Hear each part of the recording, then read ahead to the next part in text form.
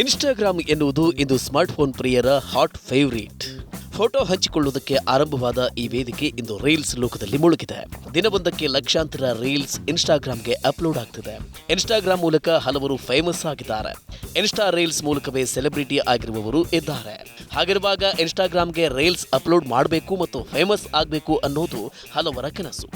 Instagram ಮೂಲಕ famous ಆಗೋದು ಹೇಗೆ? ಇಲ್ಲಿದೆ ಟಿಪ್ಸ್.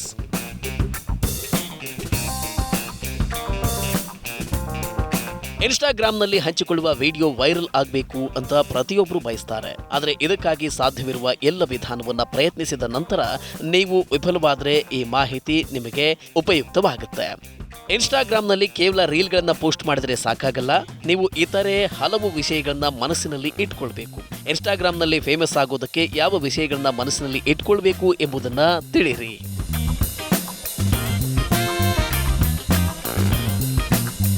ಇನ್ಸ್ಟಾಗ್ರಾಮ್ನಲ್ಲಿ ಯಾರಾದರೂ ನಿಮ್ಮನ್ನ ಯಾಕೆ ಫಾಲೋ ಮಾಡ್ತಾರೆ ಎಂಬುದನ್ನು ಅರ್ಥ ಮಾಡಿಕೊಳ್ಳೋದು ಮುಖ್ಯ. ನಿಮ್ಮ ಸ್ನೇಹಿತರು ಮತ್ತು ಕುಟುಂಬವನ್ನು ಹೊರತುಪಡಿಸಿ ಅಪರಿಚಿತ ಬಳಕೆದಾರರು ನಿಮ್ಮನ್ನ ಅನುಸರಿಸುವುದಕ್ಕೆ ಏನ್ ಮಾಡಬೇಕು ಎಂಬುದನ್ನು ತಿಳಿದುಕೊಳ್ಳಿ. ಜನರು ಅನೇಕ ಕಾರಣಗಳಿಗಾಗಿ ನಿಮ್ಮನ್ನ ಫಾಲೋ ಮಾಡ್ತಾರೆ. ಕೆಲವರು ನಿಮ್ಮ ದೈನಂದಿನ ಚಟುವಟಿಕೆಗಳನ್ನ ನೋಡೋಕೆ ಇಷ್ಟಪಡ್ತಾರೆ.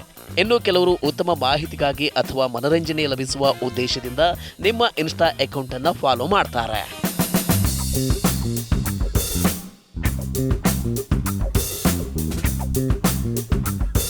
ಇನ್ನು ಇನ್ಸ್ಟಾಗ್ರಾಮ್ನಲ್ಲಿ ವೈರಲ್ ಆಗೋಕೆ ನೀವು ನೆನಪಿನಲ್ಲಿ ಇಟ್ಟುಕೊಳ್ಳಬೇಕಾದ ಮೊದಲ ವಿಷಯವೆಂದರೆ ಸ್ಥಿರವಾಗಿ ಪೋಸ್ಟ್ ಮಾಡೋದು ಬಹಳ ಮುಖ್ಯ. ಅನೇಕ ಜನ ಒಂದು ದಿನ ರೀಲನ್ನು ಪೋಸ್ಟ್ ಮಾಡ್ತಾರೆ, ನಂತರ ತಿಂಗಳವರೆಗೆ ಯಾವುದೇ ಪೋಸ್ಟ್ ಮಾಡಲ್ಲ. ಈ ಕಾರಣದಿಂದಾಗಿ ಫಾಲೋವರ್ಸ್ ಬರುವುದಿಲ್ಲ ಮತ್ತು ಇರುವವರನ್ನ ಕಳೆದುಕೊಳ್ತಾರೆ. ರೀಲ್ಗಳಲ್ಲಿ ಸಂಬಂಧಿತ ಹ್ಯಾಶ್ಟ್ಯಾಗ್ಗಳು ಮತ್ತು ಹೆಡ್ಲೈನ್ಗಳನ್ನು ಬಳಸೋದು ಬಹಳನೇ ಮುಖ್ಯ. ಇದಲ್ಲದೆ ರೀಲ್ಸ್ ಪೋಸ್ಟ್ ಮಾಡುವ ಸಮಯವೂ ಕೂಡ ಮುಖ್ಯವಾಗಿದೆ.